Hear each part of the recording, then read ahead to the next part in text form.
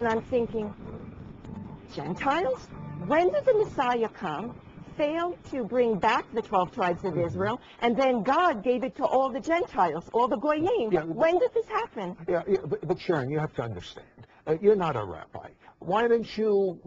Only rabbis can understand this book, at least so they say. Yes. Of course, that was until it was in modern English and 1,000 different varieties in our computers, so that's not true anymore. However, did you go to your rabbi? Did you talk to someone that really knew? Well, the rabbis say that you cannot read the Hebrew Scriptures without the commentaries. So I bought the Sansino commentaries, I bought the Tanakh series by Masora Publications, I bought the Rashi commentaries, and I kept reading, and I kept researching and researching. I bought the Targumim, and I kept researching and researching. I bought the Talmud, and I kept reading and reading and reading. And it seemed that the early rabbis, the ancient rabbis, they recognized that there were two pictures of the Messiah in the Hebrew Scriptures. They even had names for them. Moshiach ben Yosef, Messiah, son of Joseph, who would come as the suffering servant, and Moshiach ben David, Messiah, son of David, who would come as the conquering hero king.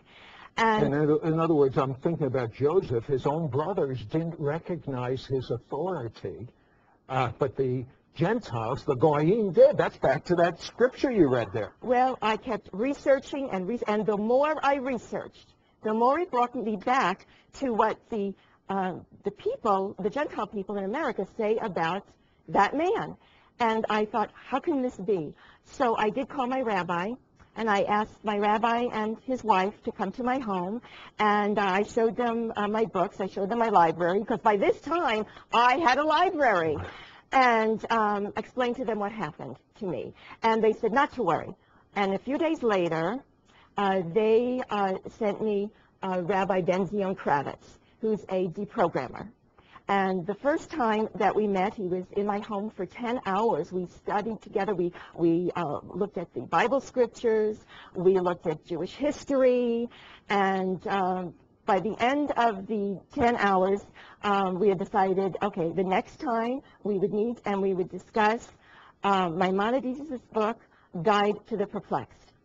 Maimonides had written this book for his students because they were having difficulty understanding all the anthropomorphic appearances of God in the Hebrew Scriptures. So we did. We met again and we discussed Maimonides' book. And then at that time, the rabbi mentioned a brand new anti-missionary book called The Jewish Response to the Christian Missionary, written by Gerald Siegel. So I took the book home, I read it, and then I called Rabbi Kravitz. I said, okay, now I'm ready to discuss the book. And Rabbi Kravitz said, well, you know, maybe it would be best if you could speak directly to Gerald Siegel. Now, at that time, Gerald Siegel lived in Brooklyn, New York. He's a school teacher. And so they devised a plan that every Monday evening, Gerald Siegel would call me collect.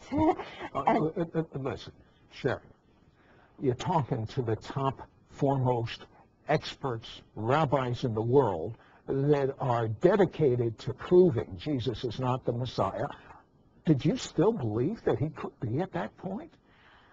No, I could not believe in that man at this point because... But you're finding all this evidence. I know. I kept thinking I must be missing something. I kept thinking maybe I'm missing something. And so the next thing that happened is my rabbi from the synagogue called and said, you know, there's an internationally known deprogrammer who's coming to speak at your daughter's school, Hebrew Academy. His name is Rabbi Emmanuel Shachet. Of course. And so I thought, well, maybe he could help me. And so... I'll tell you what, hold that thought. When their whole family goes to this world-renowned rabbi on a lecture that Jesus is not the Messiah, you do not want to miss what's about ready to happen. Don't go away. We'll be right back to It's Supernatural. We're out here with Sharon Allen. What happens when Sharon decides to prove to her husband, who's about ready to convert to Orthodox Judaism? Sharon's an Orthodox Jew. Her whole family, her daughter goes to the Hebrew Academy. They help build this Orthodox synagogue. And so they go to the Hebrew Academy, has this meeting with this world-renowned rabbi that's an expert in why Jesus is not the Messiah, and they decide that they're not going to question him before, but not interrupt him in any way, listen to what he has to say, and then get their questions answered afterwards. So you're sitting there, you're hearing the lecture. Yes. What's happening? Well, as we had decided that we would go and we would sit up front because this is Elisa's school. We knew everybody. We felt comfortable. Elisa was on one side and Ron on the other. We sat up front and we listened to the rabbi speak. And, of course, we had decided that, you know, at the end of the evening, and only at the end, I would quietly go up to the rabbi and ask him if he could help me. So the evening started, and, of course, there were a lot of unaffiliated Jewish people in the audience, because this was also used as an outreach, so that the people in the community would send their children to Jewish day school, like we were doing. And so we sat there, and the rabbi talked about Israel, he talked about Jewish things, talked about Jewish community, and then he said, all right, are there any questions in the audience? And now the first person raises their hand and says, well, you know, we're having difficulty with the missionaries in the area. And the rabbi says, oh, you don't need to worry about the missionaries in the area. You just have to have a Jewish home. If you have a Jewish home, you don't have to worry. So now the second person raises their hand and says, well, Rabbi, you don't understand. The missionaries are meeting with our children and having Bible studies. And the rabbi said, look, if you send your children to Jewish state school like Hebrew Academy and you have a Jewish home, you're not going to have to worry. Now the third person raises their hand and says, Rabbi, you don't understand. The missionaries are giving our children Bible scriptures that they're bringing home that we've never heard before and we're not familiar with. And at that point, the rabbi was standing on a platform, and he had a podium in front of him. And he held the sides of the podium, and he sort of like brought his body up over into the audience.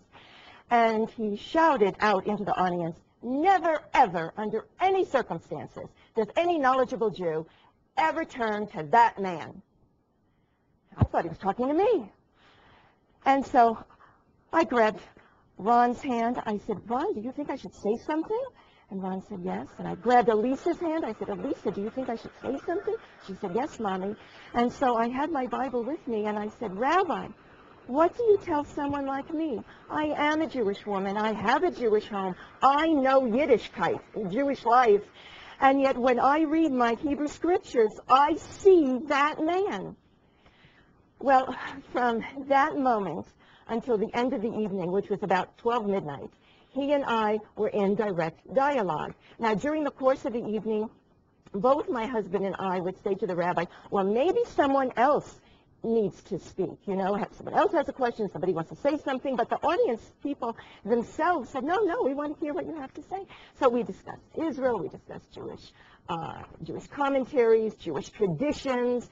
You know, we talk about the Kippurah ceremony, where before Yom Kippur, the Orthodox Jewish man will take a rooster and 3 times twirl it on top of his head. Right. My grandfather in Poland used to do that. You know, that his sins would go into the rooster. But here's the interesting thing.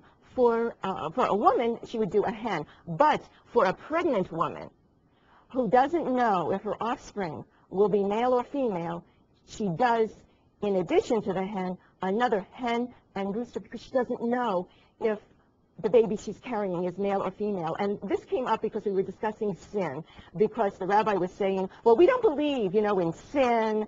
And so I brought up that ceremony showing how when the people say, you know, may my sins go into the, they're showing that, yes, we do believe that we need atonement for sins.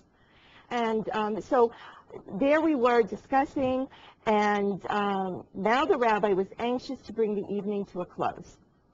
So he said in a loud voice, he said, and that man committed blasphemy from the cross. And I was shocked. I said, Rabbi, what are you talking about?